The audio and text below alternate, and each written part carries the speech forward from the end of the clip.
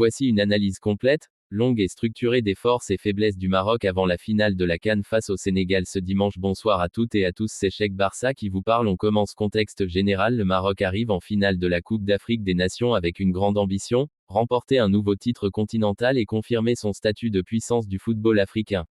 Face à lui, le Sénégal, champion en titre, solide, expérimenté et redoutable physiquement. Pour espérer soulever le trophée, les Lions de l'Atlas devront s'appuyer sur leurs points forts tout en corrigeant leurs faiblesses. Les forces du Maroc 1. Une défense solide et bien organisée. La principale force du Maroc reste sa rigueur défensive. Des défenseurs centraux disciplinés, une bonne couverture des côtés, un bloc compact qui laisse peu d'espace. Le Maroc encaisse peu de buts car l'équipe défend en bloc, presse intelligemment, se replace rapidement après la perte du ballon. Cette solidité est essentielle contre une attaque sénégalaise très physique et rapide. 2. Une grande discipline tactique. Le Maroc est une équipe très bien organisée. Les joueurs respectent les consignes, les lignes restent serrées, le pressing et coordonner les transitions défense-attaque sont propres. Cela permet de contrôler le rythme du match, d'éviter les erreurs, de frustrer l'adversaire. Face au Sénégal, cette rigueur sera cruciale pour limiter les espaces à Sadio Mané et aux attaquants. 3. Des joueurs expérimentés. Le Maroc dispose de joueurs ayant joué des Coupes du Monde, participé à plusieurs CAN, évolué dans de grands clubs européens. Cette expérience aide à gérer la pression, rester calme en finale, prendre de bonnes décisions en finale. L'aspect mental est aussi important que le niveau technique.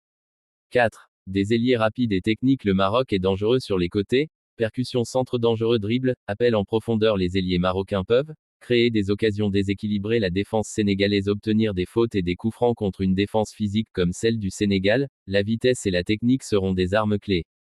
5. Une mentalité de combattant. Le Maroc a montré de la solidarité, du courage, une grande envie de gagner même quand l'équipe est en difficulté. Elle ne lâche pas, continue à se battre, défend ensemble. Cette mentalité est essentielle dans une finale. Les faiblesses du Maroc 1. Un manque d'efficacité offensive. Le Maroc crée souvent des occasions, mais marque peu de buts, manque de réalisme, gaspille des opportunités. Face au Sénégal, les occasions seront rares. Chaque occasion devra être transformée. 2. Difficulté contre les équipes physiques. Le Sénégal est puissant, rapide, très athlétique. Le Maroc, plus technique, peut parfois souffrir dans les duels sur les ballons aériens, sur les contacts physiques. Si le match devient trop physique, le Maroc peut perdre le contrôle.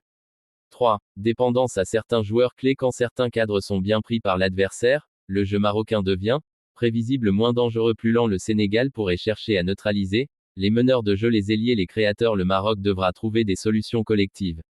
4. Manque de créativité dans l'axe. Le jeu marocain passe souvent par les côtés. Dans l'axe, peu de passes décisives, peu de frappes dangereuses, manque d'imprévisibilité. Or, contre le Sénégal, il faudra aussi attaquer au centre pour surprendre. 5. Pression mentale d'une finale. Une finale, c'est la peur de perdre, le stress, la pression du public. Certains joueurs peuvent perdre leurs moyens, faire des erreurs, manquer de lucidité. Le Sénégal, habitué aux finales récentes, a peut-être un léger avantage mental.